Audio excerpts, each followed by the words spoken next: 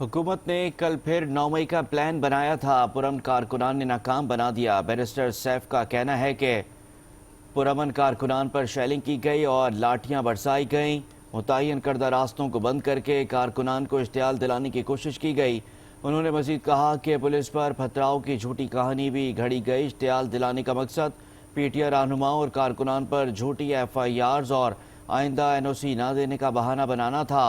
PTI रहनुमा और कारकुनान ने इंतहाई तहम्मुल का मुजाहरा किया।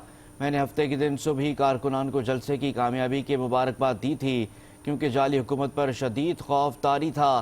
बैरिस्टर डॉक्टर सैफ का मजीद कहना था कि कल के जलसे से साबित हुआ कि जाली हुकूमत कितनी हवास बाख्ता हो चुकी है।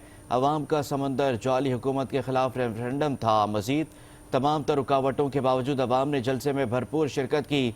जाली हुकूमत ने अपने मुतय्यन करदा रास्तों को भी बंद किया। मुतय्यन करदा रास्तों की बंदिश की वजह से हज़ारों की तादाद में कारकुनान जलसागाह नहीं पहुँच सके।